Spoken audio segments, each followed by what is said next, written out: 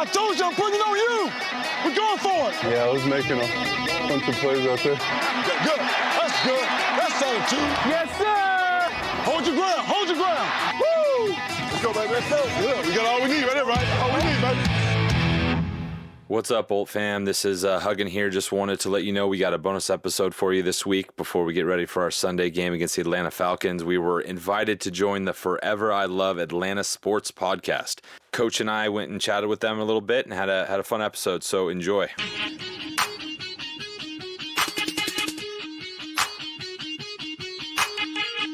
What's good? Welcome back to another Forever I Love Atlanta Sports Podcast episode. It's your boy, The Don, with my co-host, King. What's good, man?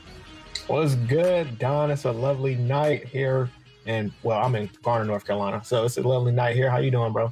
I'm doing great, man. I'm doing great. The weekend eve is upon us.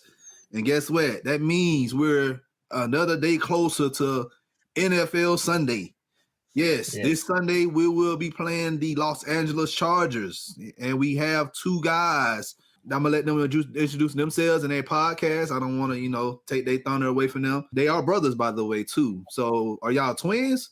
No, thank you. I appreciate that. I'm good years older, so I appreciate that. Those are kind words. I see Kyle and Kevin. I'm like, okay, y'all twins or whatever. Like, yeah, resemblance. Okay. Well, y'all brothers, y'all better be resemblance. I know, yeah. You got some splaining to do. But yeah, man, we're from the Charger Chat podcast. We LA Charger fans, diehard. We're a lot of us are from San Diego, and we kind of dispersed across the country, and we're still fans, even though we're going through some tough times. Like the good Dusty Rhodes said, man, hard time breed better men. So absolutely. Hey. But glad y'all can join us right now. King, let's go ahead and do the show, man. Let's get to these notes. All right. The last time the Falcons met the Chargers was 2016. Chargers won 33-30. In overtime. I remember that game. Yeah, that was a close one. I remember that game. That was our Super Bowl year. And that game right there, I'm not even going to lie to you. That game pretty much told me everything I needed to know from going for the rest of that season. Like, we were literally giving up. We scored a lot of points, but we was also allowing too many points. Yeah.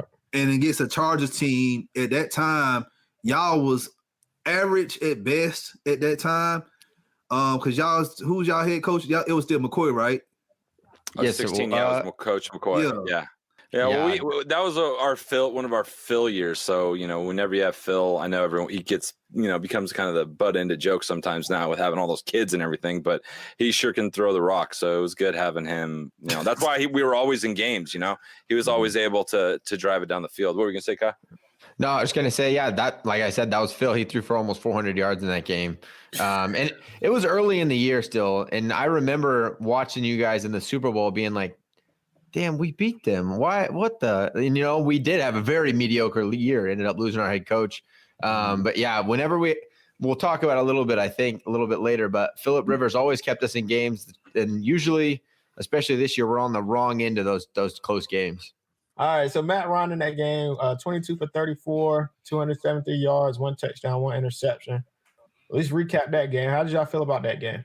Honestly, like, my brain is so far removed from that season, and that, it's like my brain is still stuck on last week's 45-0 loss. Like I can't, my brain's not working. So Kyle, do you have any memories of that game? No, the only thing I would say is I was just looking through kind of the roster from that game, and there are definitely some constants still there. The Joey Bosa's, the Casey Haywards, but a lot of our offense is very, very different. I don't think we have one lineman still from that team, different quarterback. Keenan Allen and Hunter Henry, I think, are the only two consistent receiving threats from that game. We're a very different ball club, different coaches. There's not one coach from that team that we played in 2016. So it's a very different looking team now than we were then. And we had Phillip Rivers drop back, sit there and hope somebody gets open or else you're going down. So it was a very different ball club. So it's going to be a much different matchup coming up this Sunday. Speaking of matchups, I got Justin Herbert, who won NFL Offensive Rookie of the Month honors for November. First quarterback since 2012 to win it back-to-back months. that man is a baller. I love Justin Herbert. Yeah. He's a really good quarterback. I liked him when he was in college. I actually told my brother about it. I said, yo, he is nice, yo. My brother's also a Chargers fan. So I told him he was nice. How do y'all feel about Herbert? For me, it's like a breath of fresh air. Like I was worried this year going out of it because we were moving on from Phil. We've had him forever. So the fact that we were able to move from a quarterback like Phillip Rivers to Justin Herbert, who wasn't even supposed to play this year, he was supposed to sit on the bench and just kind of follow Tyrod Taylor. So he got his opportunity and he never looked back. And he's the really, I say this all the time on our podcast, but he's like the real reason why it's fun to watch Charger football right now, because he rolls, he moves, he makes stuff happen. His arm is insane. Like the velocity on his balls is just fun to watch him play football. So I heard somebody say they called him a poor man's. And this not a knock neither. This is kind of good. A poor man's Pat Mahomes. Sure. I've seen that. It was really awesome. I kind of can understand it a little bit, but he's still developing. And I promise you, if you guys get the right coaching in there and not get rid of that running back offensive minded head coach and get y'all a guy in there that can be a quarterback whisperer, who knows how good Justin Herbert can be. Well, the big thing right now with Justin Herbert is the fact that our offensive line is giving up so many pressures. I've seen the tape, man. What he's able to do right now under duress when he doesn't have clean pockets for most of the game is incredible. So let's get him. That's a big thing. He has the best QBR under pressure this year as a quarterback. Because it's constant. Whether have 5 in protection, 7 in protection, no matter what, he has pressure. But that's what everyone wants to do. A young quarterback, you want to bring pressure and see what they do.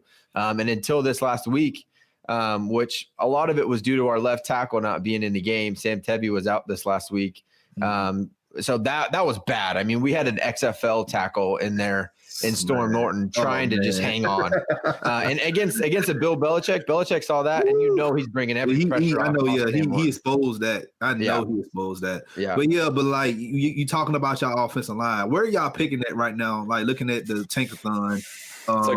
We're 5 right now. 5. Listen, let me tell y'all something. Look, if y'all want to keep Herbert clean, y'all need to go back to Oregon. And draft Sewell. Yep. That's our entire fan base is so on board with what you're saying, 100%. The question is he going to be there at 5? That's our hope. He's not. He's not. I promise you, he's either going to get picked in the top 3. Now, we talking about, everybody talking about, Justin Fields and Trevor Lawrence. Now, Sewell to me is a generational talent. Oh, we were talking about it on our last podcast. It's like picks 1 through 3 need to be tackle, guard, center. Like we just need to, it's just not the best year. And the thing that's happening with us this year is that we have a new offensive line coach. So there's just a lot of changes in a crazy year where there was no off-season programs, and it sounds like excuses, blah, blah, blah. But just the reality, it's just a crazy, bizarre year. And the fact that Herbert is playing the way he is within the circumstances is just, we couldn't be any luckier. Yeah. It worked out so well. Yeah. The poor man's Mahomes comparison, I think it's okay. We're Charger fans, so hearing anything compared to Mahomes kind of makes me throw up a little bit, but makes me mad. Almost like it. I know, but he's just a young Patrick Mahomes, I guess. He was playing at Oregon. The reason he didn't get the big looks is because he didn't have the same talent that a lot of the Tua Tagovailoa had, and so he just didn't have those looks. Like the Joe Burrow had 3 NFL receivers on his college team, but he didn't put up the big numbers, and he didn't pick up the big numbers like Marcus Mariota and Joey Harrington. Those quarterbacks did, but still, like the boy looks good. Well, he was a steal for us. At Oregon, I either had of his 4 years playing, he had 3 different, or maybe even 4 different offensive coordinators. So there was never consistency, and he still put up numbers, and he was a freak athlete. The only thing that for me right now, what I'm getting a little bit worried about is he's losing his running identity a little bit. You saw that in college in the Rose Bowl when he finally started to run, everything opened up and he had an all-world game. And that's what he was doing early on. His first game against the Chiefs, he took off and lowered his shoulder into this linebacker and knocked him out. Yeah. No, he was on the ground. Literally, it was insane. But he was running the ball consistently. Now we're not really seeing that. The read options, he's not really keeping very, very much at all, even if the look is there. So that to me is the only thing that's like he's starting to conform a little bit more into that pocket passer, which I think he's such a great athlete that he needs to be have that freedom to get out and go, just learn how to slide a little bit. Never wish injury on anybody. Do y'all think this was a good thing for Justin Herbert, or would y'all have wanted to see him wait a year behind Tyrod? Knowing what we know now, I'm pumped that he got an opportunity. When it happened and when we drafted Justin, we knew that was the plan. So we wanted to see, and we were excited about Tyrod. He's a great leader. He's a good football player. He doesn't turn the ball over, which has been our Achilles heel for a really long time. So, and we started week 1 with a W. It wasn't the prettiest thing in the world, but we started 1-0. So we and as the fan, we were kind of fed this. He's going to sit all year. So we had come to terms with it. And I was okay with that. Like you guys brought up the Patrick Mahomes thing. That's what we saw. We saw, okay, this guy's got elite talent. He didn't have the guys around him. He needs to get used to NFL speed. He'll be able to do that behind and learn from a vet like Tyrod. And then next year he'll be ready to go. But now, like with the season, the way that it's gone, our record being so atrocious, this has at least been a light spot to hold our interest and keep us excited. Yeah, we don't, like you said, don't want to wish injury on anyone, but just how it all happened. I'm sure you know that Tyrod Taylor got his lung punctured by our team doctor giving him a shot for pain. Yeah, I remember that. And it's just crazy. It's just a crazy way to start your career, not having any prep for the Kansas City Chiefs, and then we take him into overtime. And that just kind of he kind of came out of the gates swinging, and he hasn't stopped. So we're pumped to have him. Last week, we lost to the Saints, a horrible loss for us, but for y'all, it was just, how did you feel watching that game? Embarrassed. We were laughing the whole time. That's what it came to. You know like, what? We doing that too. There's nothing you can do. You have to just sit there and know that something bad's going to happen and you just laugh when it happens. Just take it. At this time, man, when you know you got a losing record, and, and on paper you think you this good and you just going out there just thinking it up, that's all you could just do on Sundays, man. Just laugh, man. Because, why raise your blood pressure, especially in your 30s, like. I know, right? At this point, man, I just laugh. Yeah. It's comical. It's come to a point now, statistically, our offensive defense is top 10 in the NFL. And our special teams is so bad that we have 3 wins on the season. That really is the truth, that our special teams is so bad. They have, even if it's not them scoring touchdowns, they're getting in field position. Last week we had 2 punt returns and a field goal blocked return. So it's like that can kill. You cannot win games giving up 21 points, like actually 21 points on special teams, and more than that with field position. It's just atrocious. You want to hear a fun stat that we're going into this week? What's going to happen with our special teams? You guys want to hear something fun? Yeah. Yeah. Coach Lynn is taking over full control of the special teams. So Coach Lynn is our special teams coach. Our head coach is now our special teams coach.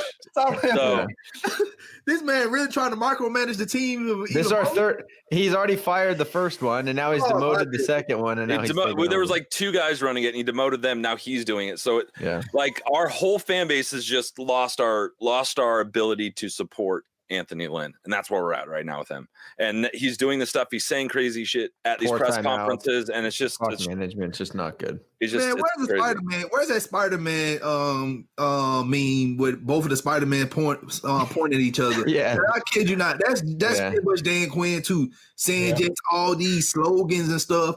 Oh, we gonna get better. Oh, every time we lose, oh, I'm pissed. But go out there the next week and still lose. Yeah. Well, and while we're on it, tell us a little bit about your season, because I know you guys have run into some tough losses and aren't where you guys want to be. And you clearly have a strong offense. You got Julio Jones, you got Ryan, you got a lot of great pieces. So why? All right, coaching, number 1. Yeah. Coaching, our offense, everybody looking at our offense. Our offense is not looking good right now. I think we're ranked in the low 20s.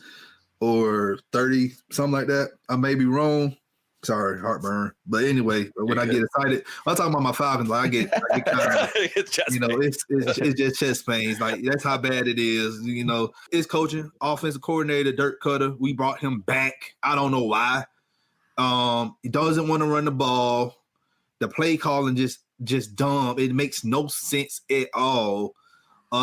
We lost 5 games in a row, and then after that, we fired Dan Quinn. Now we got Raheem Morris. Everybody was talking about, we need to keep Raheem Morris, because we beat Minnesota, we beat Carolina, and we beat Denver, I believe. And you beat the Raiders, right? Yeah, we beat Oakland. Did you beat the Raiders? Yeah, that was our only, that was our only game that we looked good. That was it. Yeah. All the other games that we won, man, the teams almost came back and beat us. So here's something that we're dealing with as a fan base and our podcast especially is talking through coaching staffs have come and gone, players have come and gone, but this identity as a Charger and now becoming kind of a Falcon is you cannot hold on to leads. You just lose these games that you cannot lose continually year after year. Yep. So how much is it lands on your coaches and players and how much is it the organization? That's the identity of your organization. I'm going to be honest with you. Like Thomas Dimitroff, the general manager, man, I don't know who y'all GM is at the moment, but this man should have been fired when Mike Smith was fired after 2014. We left him here. Yeah, we had that Super Bowl run in 2016, and it looked like we were drafting well, but if you look at it now, like Vic Beasley, pretty much not in the league anymore. Tat McKinley, somewhere in Las Vegas, in purgatory somewhere. I don't know where he at. So they usually send those players out to the Raiders. Right? Yeah, they go out there and die. Yeah. But it's more on the coaching in the front office. That's good. That's not a bad that's something that could change. I believe ours is ownership. The identity of our organization is just bad from the top. They don't put the money where it needs to be. They're not willing to invest in what it needs to be invested in. I've heard, so Danny Woodhead, next Charger, has a podcast, him and Matt Slauson, and Slauson talked about how poorly run all the little stuff is, like the practice facilities when they were in San Diego, their travel accommodations, everything, even little down to like what their showers were like and the water pressure. It's like those little things you just do not take into account, and that's become the identity of our organization, and you don't buy into it. On our last episode, Kevin interviewed our dad, who is the instigator in our Charger fandom. Yeah, he gave a story of an ex-player who was with the Chargers and then went to another organization, was like, wow, this is how you're treated. It's incredible. So to me, that ownership, that doesn't change very often. And that's where I think our biggest issue is. So be encouraged that it's just coaches and GMs, because those turn over pretty quick now in the NFL. For me, I'm giving 60-40, 60% coaching and 40% on the players. Only because if you look at the key players on our defense, the Grady Jarrett's, the Deion Jones, they were here when we blew the Super Bowl lead. So I feel like a lot of times when it's crunch time, that replays in their head and they just don't know what to do, but you get that relapse of like, oh, here we go again. Yeah, about to come back. But that goes back. But that kind of goes back to coaching, though. Like players can't escape bad coaching. They can't. Yeah. They just can't. We've seen players, play on horrible teams, go to teams and become a Pro Bowler. Right. It's happened to the Chargers numerous times. I think you guys have a kicker that we used to have. Yeah, young The reason why he's good. The reason why he's good because we're not scoring touchdowns. Like, that's good. That's a gift and a curse, though. Still, he shanked for us. He was on our team. He was shanking field goals, PATs, everything. Yeah, he got cut. What's good, everybody in the chat? Y'all got Zach Whitaker, and he's a representative for y'all Charger Chat podcast. Yeah, and Tyler Foffey, thanks for coming on, man. He interacts with us a lot, and he's a good guy. So thanks for coming on, Tyler. We appreciate it, bro. All righty. Falcons fire Quinn. Anthony Lynn, 29 of 31 overall record with the Bolts. In his last 28 games, he's 8-20. Horrible. Yeah. Do y'all have any head coaches y'all would like to see in San Diego? Oh, not San Diego, LA? Thank you for that. Yeah. Yeah, I appreciate that correction. Y'all Los Angeles now.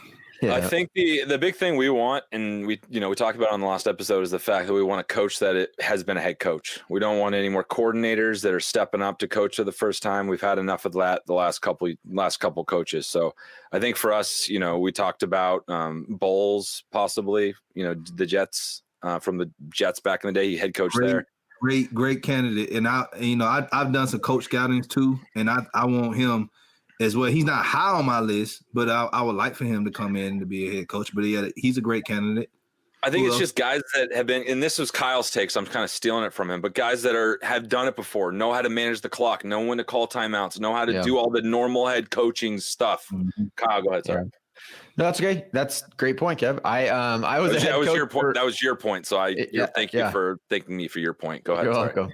So I coached for 10 years, and 7 of those were as an assistant, as a coordinator, and then 3 as a head coach. And being a head coach is so drastically different. And if you've never done it before, you're not prepared. And there's going to be growing pains. And I think the Chargers are built to win right now. We have a young quarterback. We have to capitalize on him not taking up our whole cap.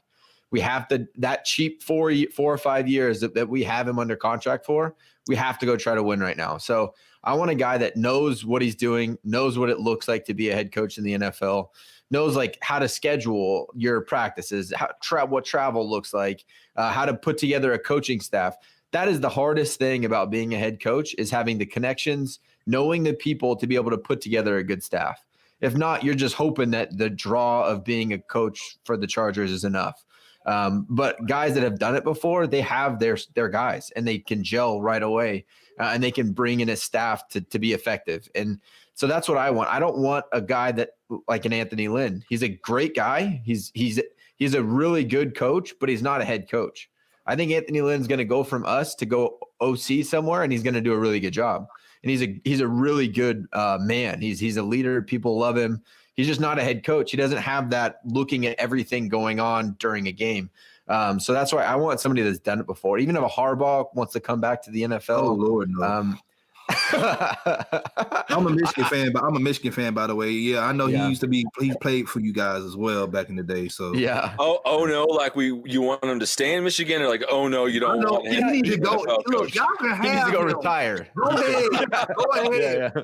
Like I'm telling you, if he does not have Vic Fangio coming behind him, no. Yeah, but I want somebody with head coaching experience. Bottom line, and a lot of the people being thrown out there do not have it.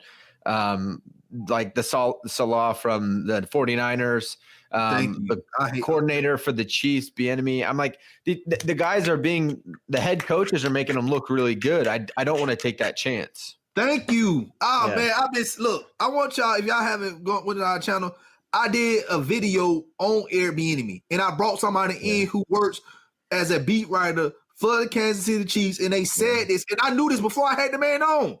He is not calling the plays out there in Kansas City.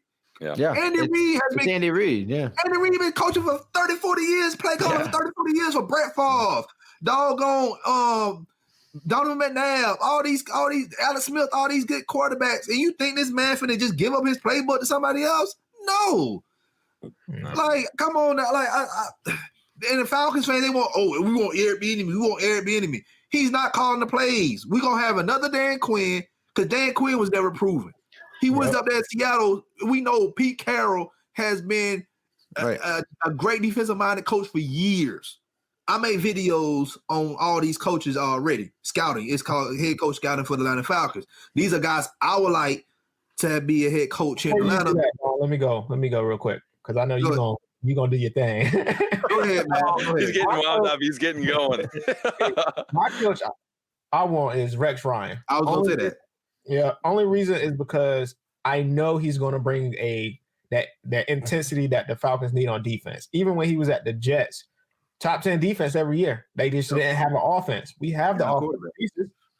We have the offensive pieces. We're not going to talk about his stint with the Bills. It wasn't long enough. It was a bad taste in his mouth. He had a bad taste in his mouth after he left New York.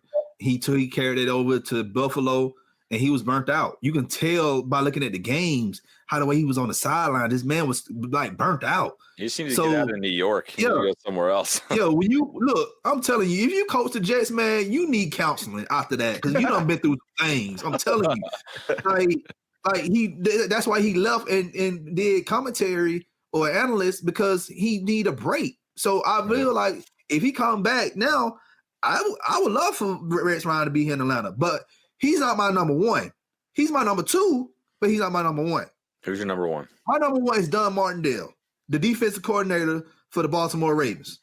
This man has been putting up a top defense since he's been defensive coordinator. He's like a Rex Ryan, but he is a leader among men, and I feel like him coming to Atlanta would be a good choice. Here's the one thing that I think about a head coaching search. It's hard because I do want a coach that's proven that he can coach, right? He can coordinate, he can call plays, but that's not what I want in a head coach. I want a head coach that's going to oversee everything. That can manage people. A lot of what a head coach does, I think, should not be coordinating. It should be managing your coaches. He needs to be able to manage a staff. And so those are things that us as fans, we don't always get an insight into.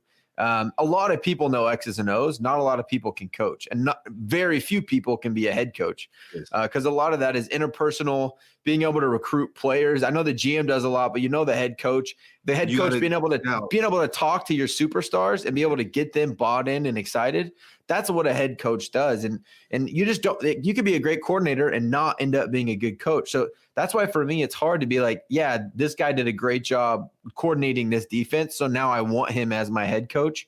That's the only thing us as fans can look at and be able to decide. But I want to see a guy that went to a organization that had maybe they're a defensive coordinator, and that defense was just like hostile and players didn't get along and like they didn't play together, and then they go there and then that gets fixed, because those are the things that you're looking for.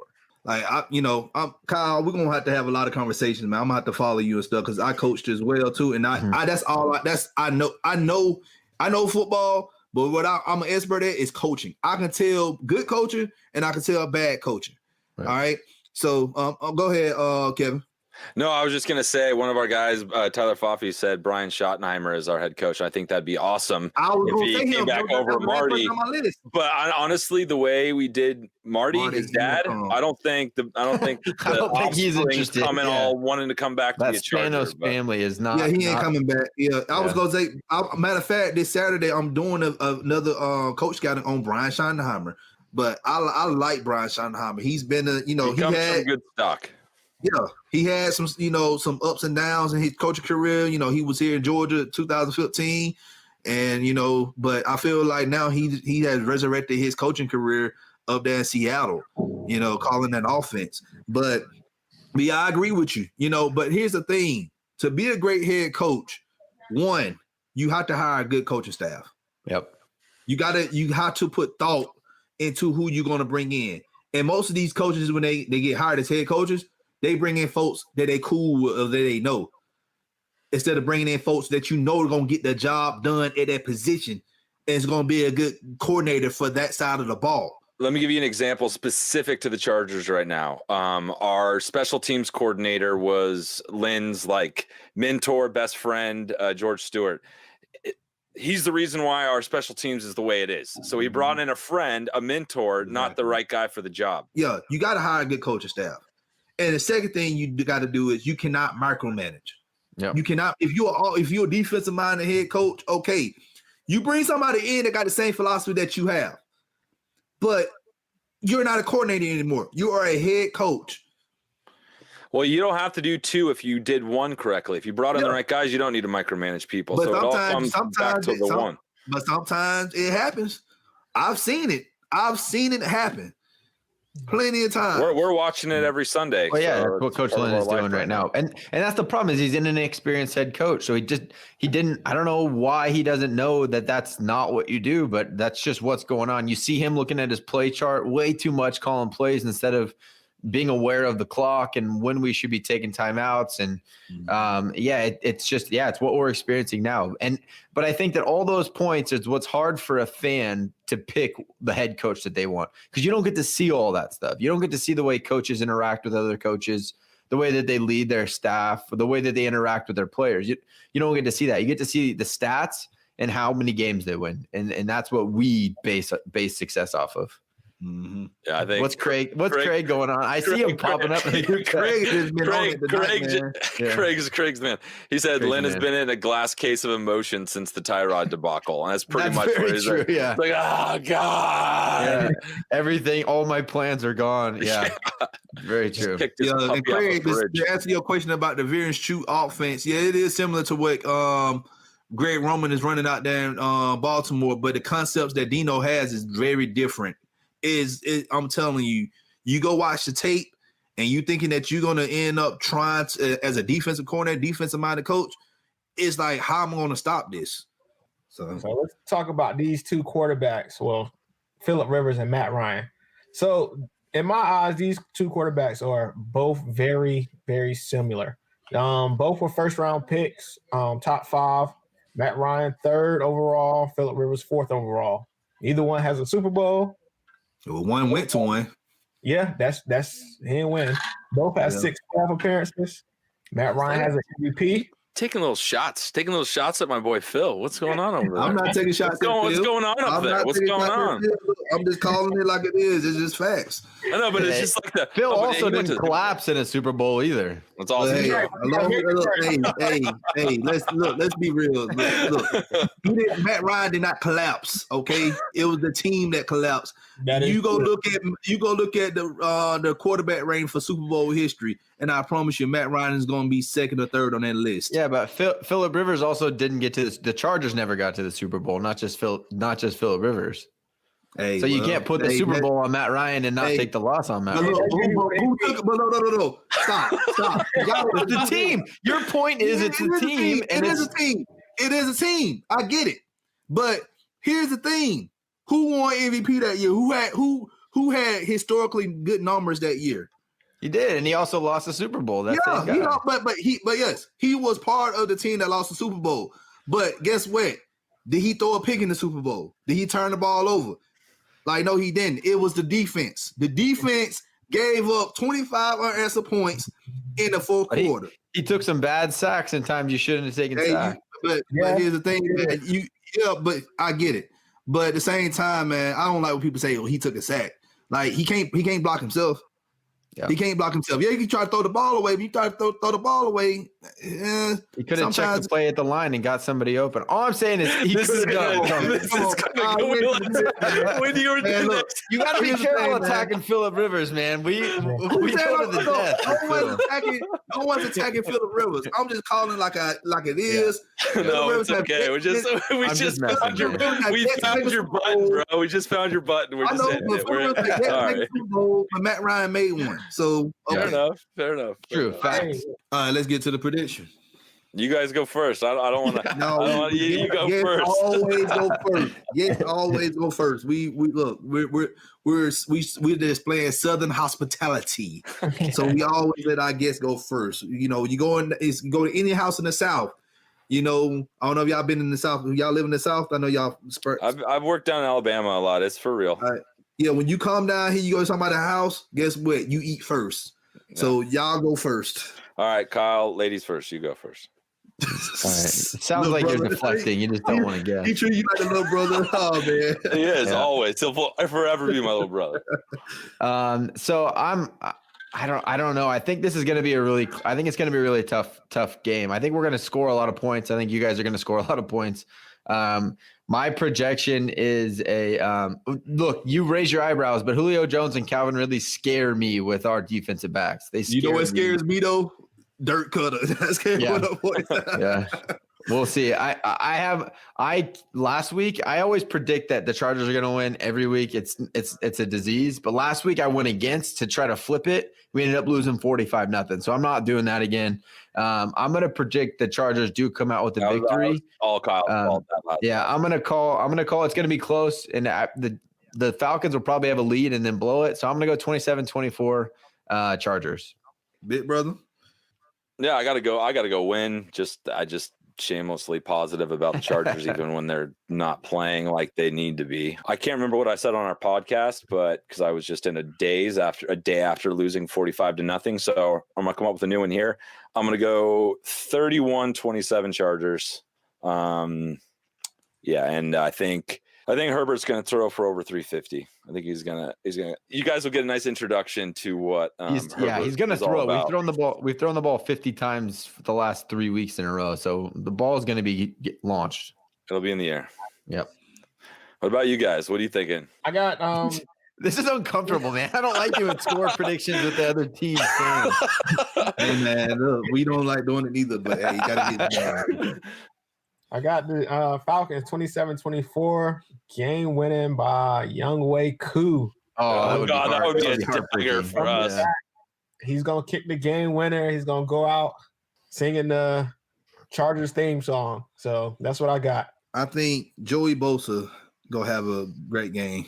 Because our offensive line going to just let him have his way. He's been pissed off the last couple of weeks. He's going to use our offensive line as an easy target and go get the Matt Ryan probably 2 or 3 times. I feel like I talked about the Spider-Man meme of, no, you win. No, I don't want to win. You win. Yeah. I feel like it's going to be a game like that. But this is going to be a bounce-back game for the Falcons. I say we win this game 24-14. Ooh.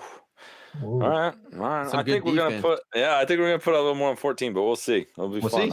Yeah. I think we put up 0 last week, so who knows? Never know. Yeah, but we went from 30 points to 0 in 1 week, so that was good. But look, how the way we handled Las Vegas a couple of weeks ago, and that was that's the number 7 at the time, was number 7 in the offense. Yeah. Thanks again for having us, guys. We appreciate it. It's always fun to mix it up with the other podcasts. Hey, anytime, man. I appreciate y'all coming on. But everybody who joined us live, appreciate y'all. Falcons fans, Chargers fans, we love y'all all. Hey, thanks, if you're new to appreciate you. As always, come holler at your hometown sports podcast. And always remember to love yourself. We out. Most importantly. See you Sunday. Yes, indeed. Bolt gang or don't bang. See y'all Sunday. I like that slogan. I told you I'm putting it on you. We're going for it. Yeah, I was making a bunch of plays out there. Good. That's good. That's solid too. Yes, sir. Hold your ground. Woo! Let's go, baby. Let's go. Yeah, we got all we need right there, right? All we need, baby.